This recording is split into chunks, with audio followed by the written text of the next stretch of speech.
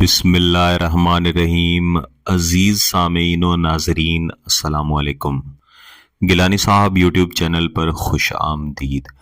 آج ہم انتہائی گہرے اور جذبات پر مبنی موضوع پر بات کریں گے، جس میں ایک شخص کو واپس لانے والا اسلامی وظیفہ اسلامی تعلیمات کی روشنی میں اور دعاؤں کی روشنی میں بیان کیا جائے گا۔ انشاءاللہ العزیز اس وظیفے کے مکمل ہوتے ہی آپ کا محبوب آپ کی محبت میں ایسے تڑپے گا جیسے اسے کسی نے لٹکا دیا ہو، ہر وقت آپ ہی کے بارے میں سوچے گا۔ لیکن یاد رکھیے گا کہ ہر زخم کا علاج کرنے والی ذات فقط اللہ کی ذات ہے۔ ہر مسئلے کا حل اللہ ہی عطا کرتا ہے، اور اللہ تعالیٰ کی ذات ہی ہے جو ہر مصیبت میں انسان کی مدد کو پہنچتی ہے۔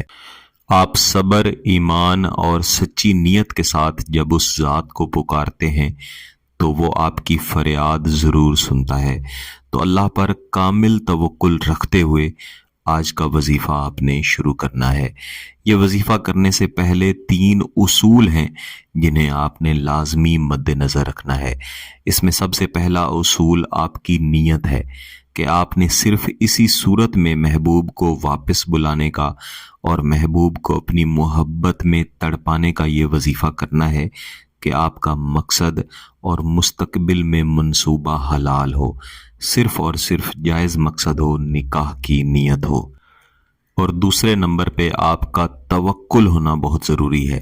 اس بات پر توکل ہونا چاہیے کہ اللہ کا رحم و کرم سب سے اعلیٰ ہے، اور جو اس نے آپ کے لیے تیار کر کے رکھا ہوا ہے اس کا کوئی نعم البدل نہیں ہے۔ اور اس کے بعد تیسرے نمبر پہ صبر ہے۔ یاد رکھیے گا ہر دعا کی قبولیت صبر میں چھپی ہوئی ہے، جیسے کہ اللہ تعالیٰ نے قرآن پاک میں سورہ البقرہ میں فرمایا ہے، جب میرے بندے آپ سے میرے متعلق پوچھتے ہیں تو فرمائیے کہ میں قریب ہوں، میں ان کی دعائیں سنتا ہوں جب وہ مجھے پکارتے ہیں۔ وظیفہ کرنے کے لیے ان باتوں پر بھی ضرور عمل کر لیجیے گا۔ سب سے پہلی بات یہ کہ آپ کا پاک صاف ہونا بہت ضروری ہے۔ سب سے پہلے آپ نے وضو بنا لینا ہے اور آپ نے پاک کپڑے پہن لینے ہیں، اور اس کے بعد آپ نے 2 رکعت نماز نفل ادا کر لینی ہے۔ اگر آپ نماز نفل ادا کر لیں تو بہت بہتر ہے، نہ بھی ادا کریں تب بھی آپ اس وظیفے کو کر سکتے ہیں۔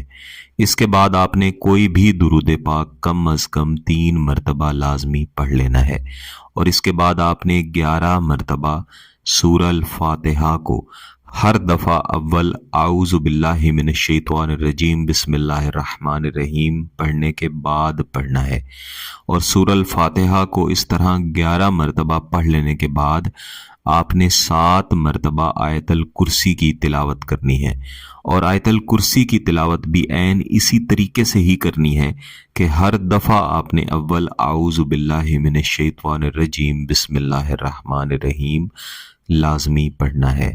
اس کے بعد آپ نے گڑ گڑاتی آواز میں اللہ سے اپنی محبت کی بھیک مانگنی ہے کہ اے اللہ اس شخص کے دل کو نرم فرما دے، ہمارا جائز تعلق نکاح کی صورت میں قائم فرما دے، اگر یہ ہمارے حق میں بہتر ہے تو جلدی عطا فرما، بصورت دیگر اسے ہمارے حق میں بہتر بنا دے اور ہمیں صبر عطا فرما۔